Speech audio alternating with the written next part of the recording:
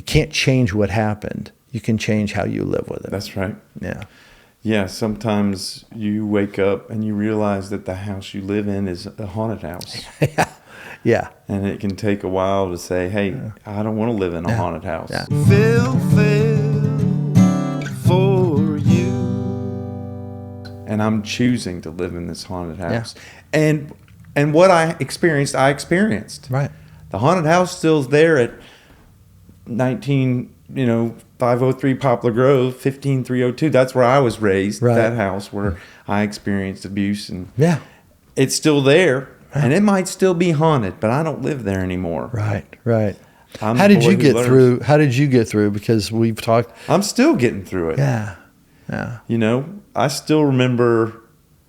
I experienced the cycle of violence. I think a lot of folks experience the cycle of violence. Oh, yeah. Parents are stressed to the max. Right. And they didn't have good role models. And I don't think my parents did either. Mine didn't, for sure. That's one of the things I would always say is I looked at my grandmother and I was like, oh, I got the lottery, because she was worse than anything. She's one person. Don't have anything against her. Just can't believe I came from that, and don't want to have anything. I felt sorry for my dad because it comes honest. Hurt people. Yeah, absolutely. Yeah, I still remember. My daughter was 3. She's 17 now, and I remember we were living in England, and I would spank. I didn't know any better. Right, you were doing what you were trained. And I still remember. The thing you learn, if you're a spanker out there, the thing you learn is like you want it to be impassionate. You want to deliver that consequence without emotion, but that's impossible. Yeah. And I still remember the last time I spanked her, I was spanking her, and she just turned around and she put her arms out. Wow. She just wanted to be loved and connected with, and I died. Right. I died in that moment, and I die every time I think about it. But that was the last time I spanked her. Yeah, I love that little girl and that woman now. Yeah. And I, wished I would have learned sooner. I wanted to learn sooner. Yeah. I think that's, and I can see that pain, but I also believe that you learn from it. And she's 17 now. Yeah. So, look, it's like we learn and grow. All the 14 years she's had, that she hasn't had that. She's got a great dad who loved her, who woke up to When I stopped spanking, that was one level. Mm-hmm. Yeah. It took me a long time to get past a lot of the anger and the other stuff that I would express. But I was repeating a cycle of violence for a long time in my life. And it's taken a lot of self-help, therapy, really looking at who I am and how I connect with the world. Waking up. Yeah. It took waking up. Yeah. Waking up to who I am and my behavior, and starting to make choices instead of reacting, like we started in this conversation. Right. Instead of acting in the way that I was modeled. Yeah. Start to choose. Right. And that's what brings me here, because once you realize all your role models, or most of your role models from childhood, taught you what not to do, then you got to go look for what do I do? How do I find positive role models? How do I surround myself with positive ideas? How do I reframe? Seek out those tools. Seek out those methods for change and growth. Yeah. But you have to be intentional about it, like you've done. It's like you have to. I remember first time I called a therapist, it was like, whoa, it's like, wow. Or the first time I'll never forget when I did a landmark education. I don't know if you know. You did landmark, yeah. I'm familiar with it. It's a large group awareness training. Yeah. And I did the forum, and then I got hooked into that for a couple of years, just loving it, just soaking it up like a sponge. And it's funny, I never thought I'd be a coach. That's the first thing that got me waking up and moving toward what I'm doing today. Yeah. And so it was interesting though, because I just done several years of therapy, and I felt like it was just, there was nothing more to do, and I didn't have anything. And then I started dating a girl who did some work with Landmark, and she said, hey, would you like to go to the forum? And I was like, Tell me about it. And the way she described it, I thought it was like Zig Ziglar weekend. I don't know if you know who Zig Ziglar is. Yeah, I've heard of him. Yeah, but I thought it's something like that. I was like, sure, I'm always about, I was a salesperson. Change, growth, yeah, learning. Oh my gosh, I could not believe. But that's where I started to find my voice. That's where I started to look at my integrity in life. I had none. I looked at how I was in reaction to everything. It was a whole field of awareness that was like playing in. And it just started building. And I'll never forget that forum leader, she passed away now. She pulled me aside. She said, "You don't know how powerful you are." Yeah. And there's 200 people. But she pulled me aside at lunch. And I was like, "What?" She goes, "Stick with it. You're going to find out."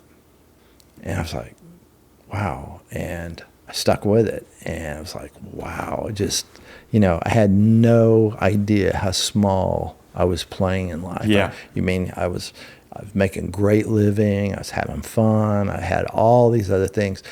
But deep down, there was not this sense of I didn't understand who I was. I didn't understand any of the possibility that I could create a life that I love rather than just letting it happen. Yeah. Yeah. And I love that you've done that work and you were intentional about it, and you've been intentional with your podcast, what you're doing now. You're putting something out there that's positive. We need it. I think we need it. I know we do. And but I've also found, which is sad, is the great stuff that can change your life forever. But I can go to a WWF weekend and spend this much money. People are going to like the Coliseum. People are going to want to see. But no, that's all death great. And destruction, yeah. That's all great, fine, but something that could last for years and everything else. It's just, it's a weird world that we live in. It's like, but there are people out there that were looking for that. And they, like you said, it takes seeds. It takes planting a seed here, and you're planting a seed with your podcast, I believe. Yeah, and I think my audience is probably seekers like I am. Yeah.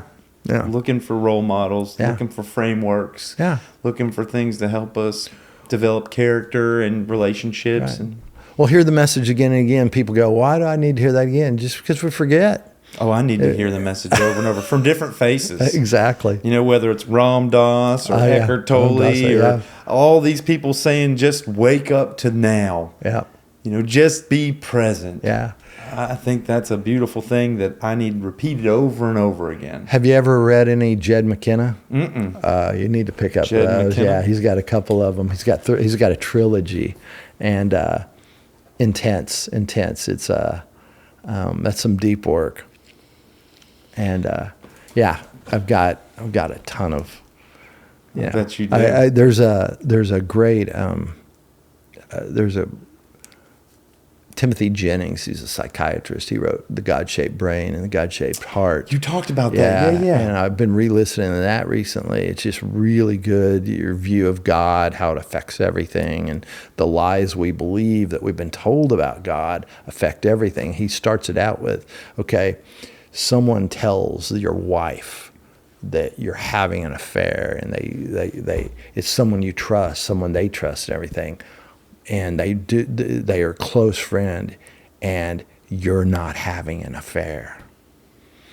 No matter if that you're not, or no matter that you're not, because your wife has been told that by that person, that breaks the circle of love and trust. Mm-hmm. That's right. It's a lie. And there are so many lies that we've been told about God. And he said, and you live in a world where people have been lying to you about God. Yeah. And you're like, when you start, he talks about it, he breaks it down. God wants you to think for yourself. He wants you to challenge things. He created you to do that. You said the word spirit earlier, and I really love that. Oh, yeah. That's what it is to me, spirit. It's that iteration. Spirit or universe or some kind of wisdom. Yeah. Well, I believe it's universal. It's that iteration to me of we're in the spirit iteration. That's what we are. We're a human spirit having a physical experience. There's this quote about God that I want to read. Yeah. Man, I think I love it. God is the name of the blanket we throw over the mystery to give it shape. Absolutely. Have you heard that one? Yeah, I have. It's beautiful. That's so true. And here's the thing. Once I said God, part of the audience went, Yeah. You know, it's like, what is that to you? What is that thought? What is that to you? Because again, me giving the message, it landed a certain way. It's a depending mystery. on your. But here's the thing: does he believe? First thing is, what's he believe? What's he believe? Believe like Are you I do? Christian? Or Are you Muslim? Are you Jewish? Are all you- of the judgments Yeah. start to peek in rather than just getting to. God is a the- mystery. But we're the ones trying to define him. God is a mystery. That's true. I mean, we think we know how the mind of God. We are not even close to the mind of God. Yeah. Or that being, that energy. It's all of that. It flows through everything. I think we could It's the probably have spirit. another 2-hour discussion about spirituality. Oh yeah.